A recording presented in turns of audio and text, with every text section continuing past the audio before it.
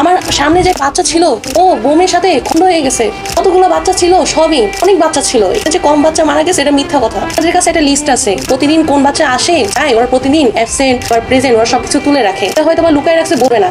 নিশ্চয়ই দেখছি সব বাচ্চাই ছিল, কেউ খেলতেছে কেউ দৌড়াচ্ছে। এই বোমের ঢুকার সাথে সাথেই শেষ।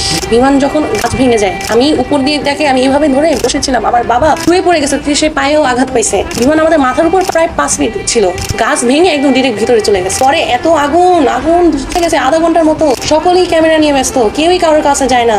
আমি বলি বাচ্চা বাদের আগে উদ্ধার করেন, কেউই ধরে না, সবাই সবার মতন ভিডিও করতেছে। বাচ্চাগুলো কান্নাকাটি, যেগুলো সামনে বেরোয়েছে ওরা কান্নাকাটি, ওদের শরীরের অবস্থা পুরোই খারাপ। এই খবরটা পাই আমি 1:40-এর দিকে। এরপরে আমি সাথে সাথে বোরকা নিয়ে বের হয়ে যাই। আমি বললাম যে কোথায় মাইলস্টোনে আসবো নাকি আসবো, ওরা কোথায় জানি বাংলাদেশ মেডিকেলে আসো। তারপর বাংলাদেশ মেডিকেলে যাই, ওখান থেকে আবার বলা হয় যে সব বাচ্চাদের আমরা ঢাকা মেডিকেলে পাঠিয়ে দিচ্ছি, আপনারা সবাই ঢাকা মেডিকেলে চলে যান। ওরাই হসপিটালে অ্যাম্বুলেন্সে করে ওরাই হসপিটালে নিয়ে যাচ্ছিল এবং ওরাই আবার বাংলাদেশ মেডিকেলে গিয়ে শেখ হাসিনা বাড়ি নিতে ওনারাই নিয়ে যাচ্ছিল। হ্যাঁ, অনেকগুলো বাচ্চা ছিল। আগুন জ্বলছে, ফায়ার সার্ভিস আসে না। শনাক্ত করলাম, নিচে খুঁজতেছিলাম, আমাদের বাচ্চাদের নামে কাউকেই পাচ্ছিলাম না। তারপর হচ্ছে গিয়ে নিচের যে ইমার্জেন্সি ওইখানে নাফিকে দেখছি, কিন্তু আমার মানে মনে হচ্ছিল না যে এটা আমার নাফি, এত পুরা। তারপরও না আমি ওর দিকে তাকিয়ে আছি, তারপর আমার কাছে মনে হলো এটা আমার নাফি। আমি যাই বলতেছি এটা কি নাফি?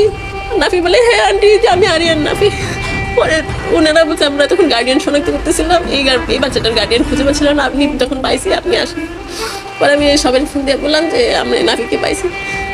পরে ওকে নিয়ে গেল, ও ছিল 4 তলায়, এখনো 4 তলায় আছে। ওকে পাওয়ার পর যাই হোক আমার বড় বোনের ছেলেটাকেও পাই, ও 20% বার্ন হয়। তারপর থেকে 2টা বাচ্চাকে পাই। তারপরে আমি আমার বড় মেয়েটাকে পাচ্ছিলাম না, নিজুমকে, নাজিয়াকে খুঁজতে একবার 3 তলা, একবার 2 তলা, একবার ইমার্জেন্সি, একবার এদিকে সেদিকে উত্তরার হসপিটাল, কোথায় যেখানে ছিলাম ফোন দিয়া, তারপরে হসপিটালে ফোন দিয়া খোঁজার চেষ্টা করছিলাম, কোথাও পাচ্ছিলাম না। একবার 5 তলায়, তারপর দেখলাম যে একটা নাজিয়া নামে একটা মেয়ে নাকি আসছে। 7 তলায় গেছি, 7 তলায় বলে 5 তলায়, 5 তলায় গেছি, 5 তলায় বলে 7 তলায়, এভাবে মনে হয় 10-15 বার আপ ডাউন করলাম।